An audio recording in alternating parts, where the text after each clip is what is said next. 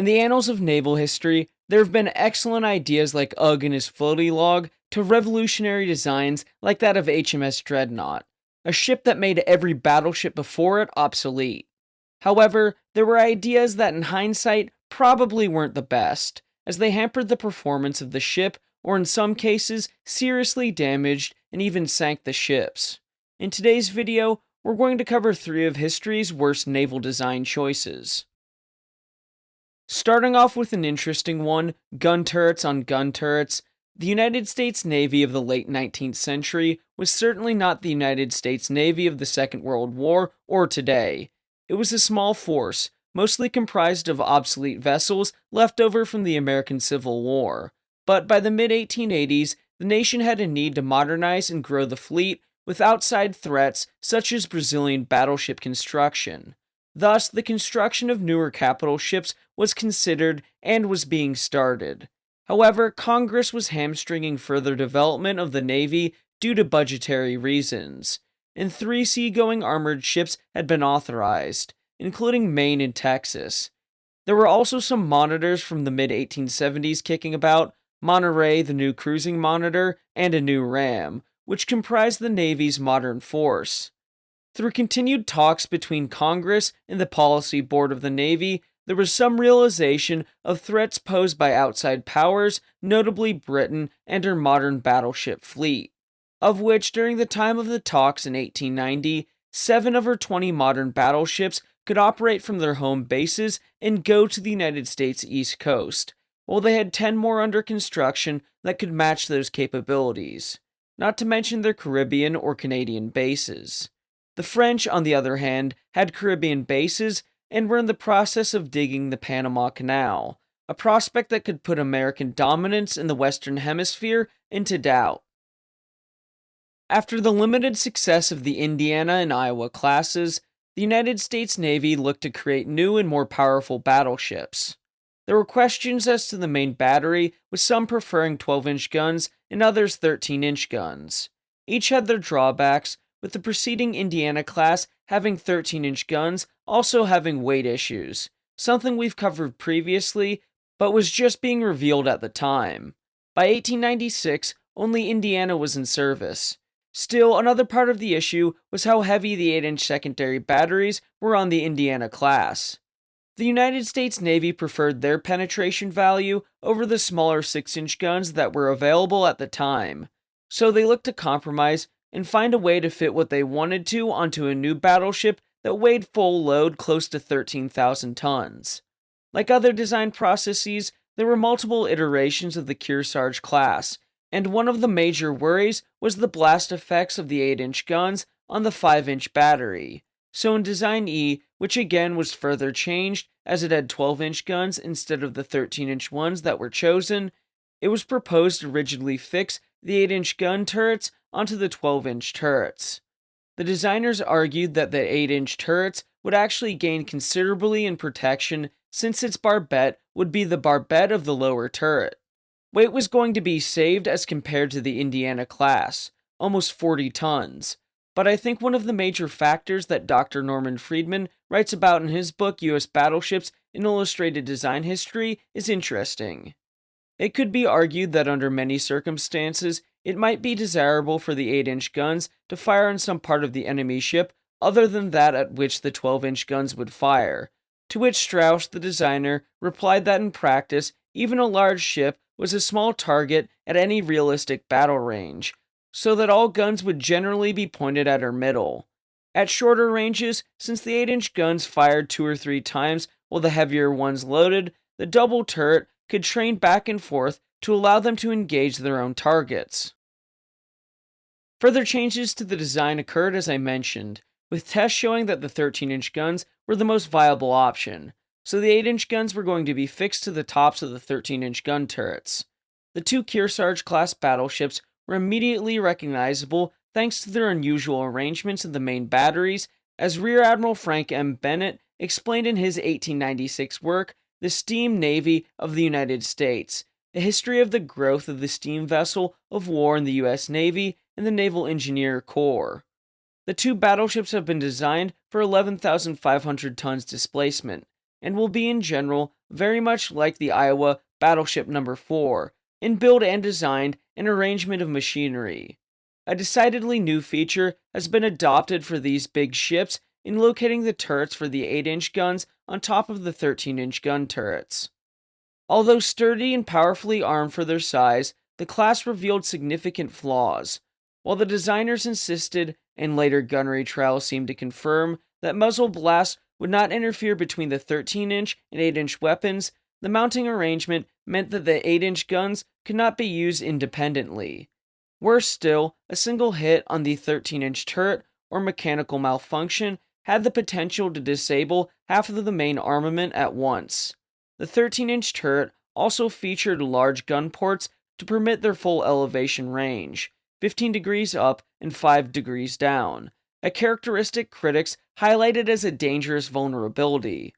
Who briefly served aboard Kentucky before eventually commanding U.S. naval forces in European waters during World War I, noted that a shell striking a 13-inch gun port could disable the weapons and potentially ignite powder bags stored within the turret or the open shell hoist, causing a catastrophic explosion. On top of these issues, the ship's low freeboard frequently rendered their 5-inch broadside batteries ineffective in rough seas. With those issues, this concept of the superimposed turret died, never to be repeated by the United States Navy again. Or so you would think. Later in the 1900s, before the launch of Dreadnought, the United States Navy looked to create a 5-ship class of battleships. The Navy needed to save weight yet again, and when looking at their options, they decided to place the 8-inch turrets on the top of the 12-inch turrets yet again.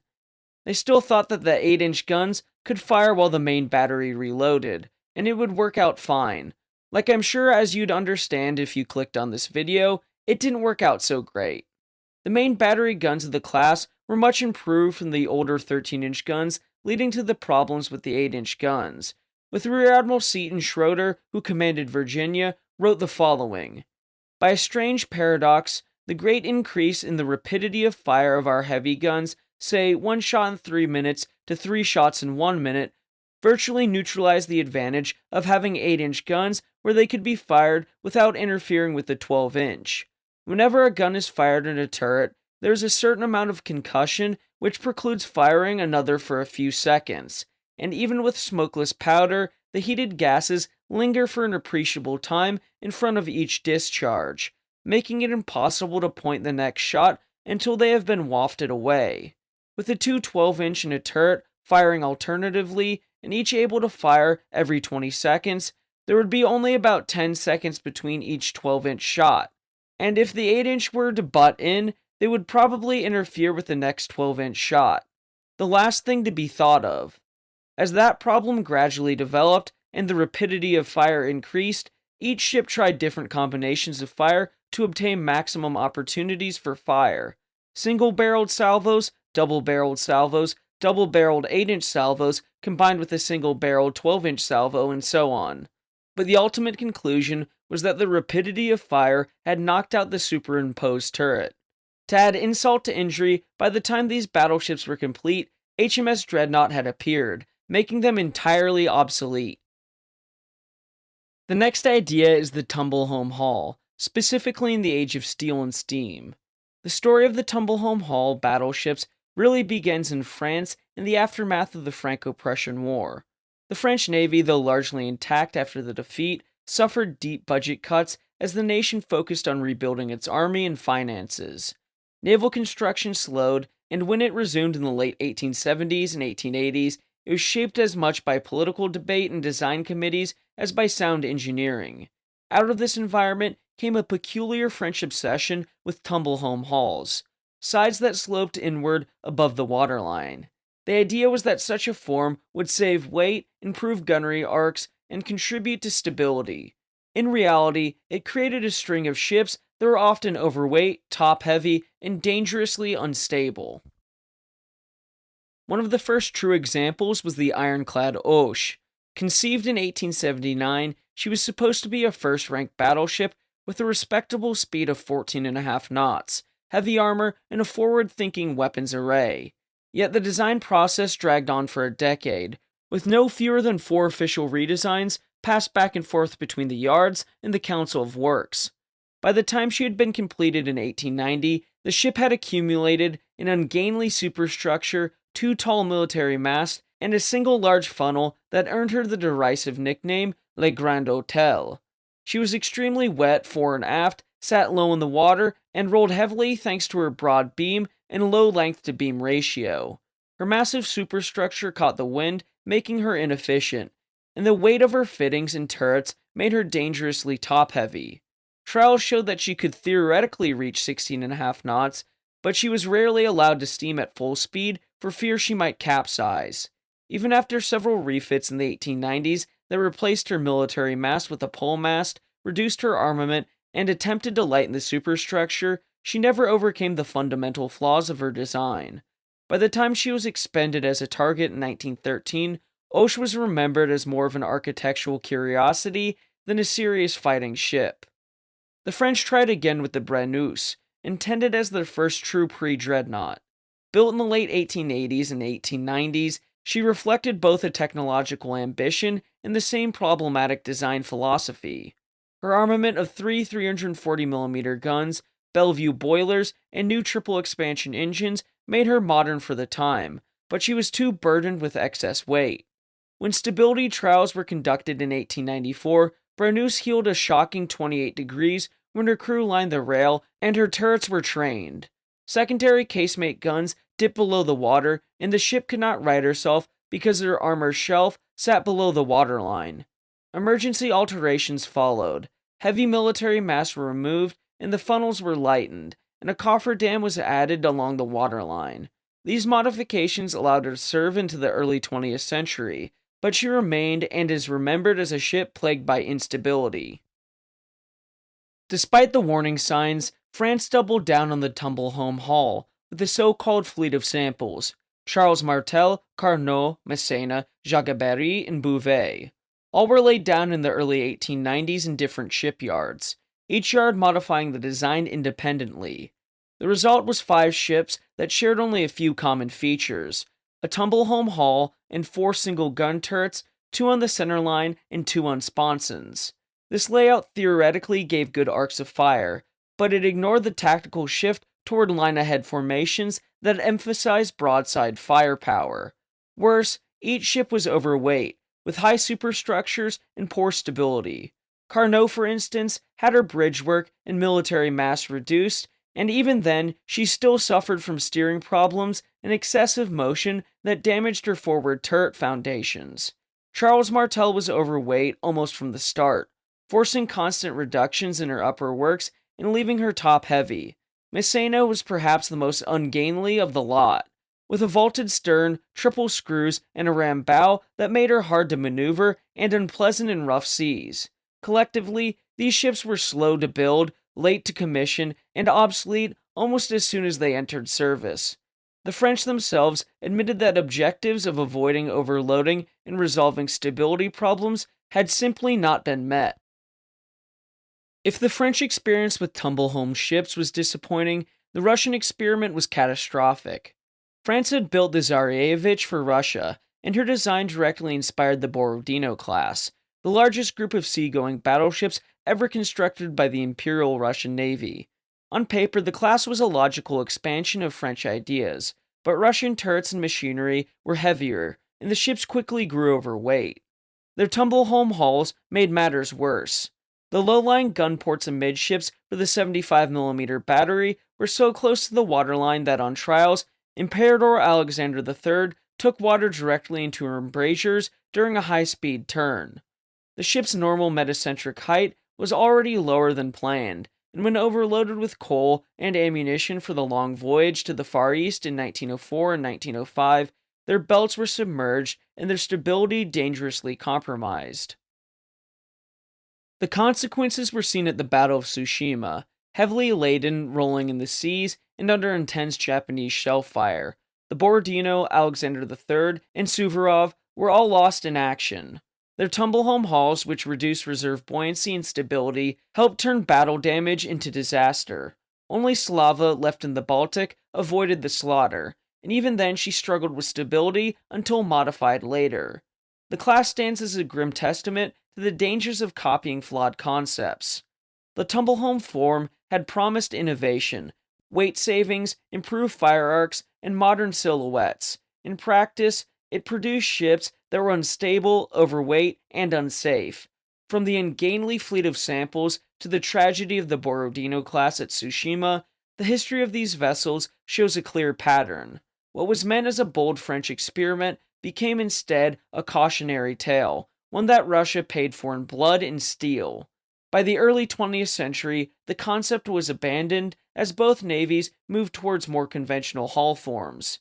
Later French designs like the Richelieu would prove to be excellent battleships, but the Tumblehome era was already a byword for failure. Okay, disclaimer before we get into this next part.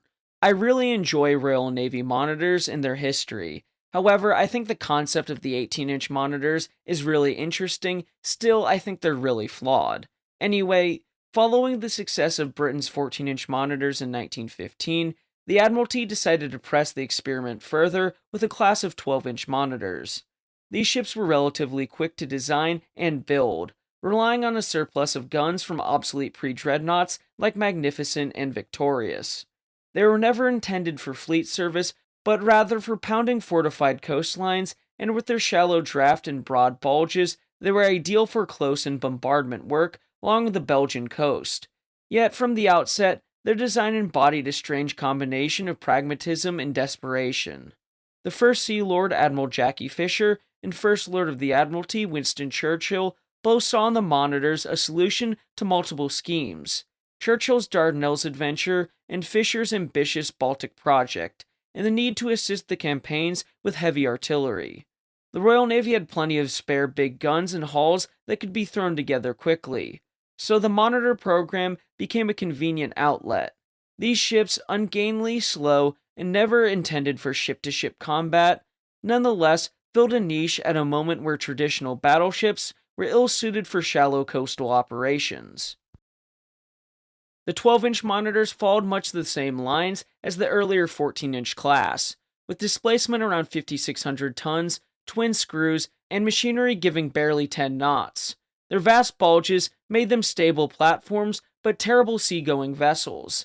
They carried little in the way of secondary armament, though they were among the first Royal Navy ships designed to operate seaplanes from their open aft decks. Their names, such as General Wolfe and Lord Clive, reflected Britain's martial heritage, but their appearance was anything but heroic. Floating gun platforms, little more. It was late in the war that these oddities were taken to another extreme.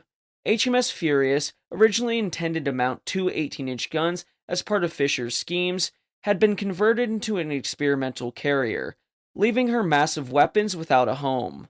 Rather than scrap them, the Admiralty decided to fit one each into modified monitors. Thus Lord Clive and General Wolfe, and on paper Prince Eugene, were rebuilt to carry the largest gun ever mounted on a British warship. The modification was extraordinary. The gun and mount weighed nearly 400 tons without ammunition, forcing extensive strengthening and leaving the ships dangerously overloaded. Freeboard fell to barely 4 feet.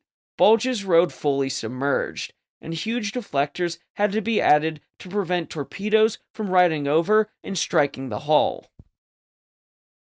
The mount itself was semi-fixed with almost no traverse. To fire the 18-inch gun, the ship had to anchor bow and stern, broadside to the target, and use her anchors and even tugs to keep her aligned against the tide and recoil.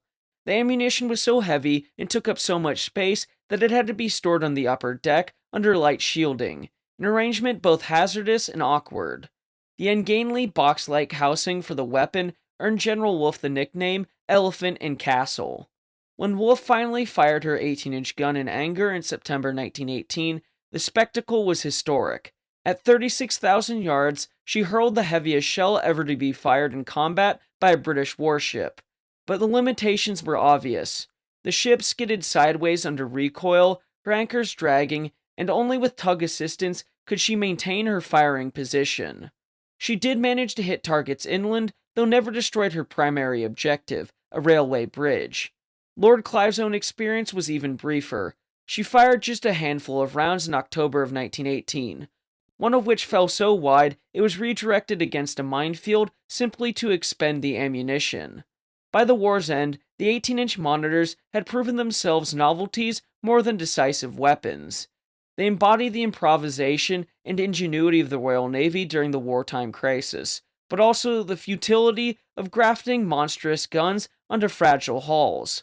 Their seaworthiness was poor, their operational flexibility almost non-existent, and their combat effect marginal compared to resources expended.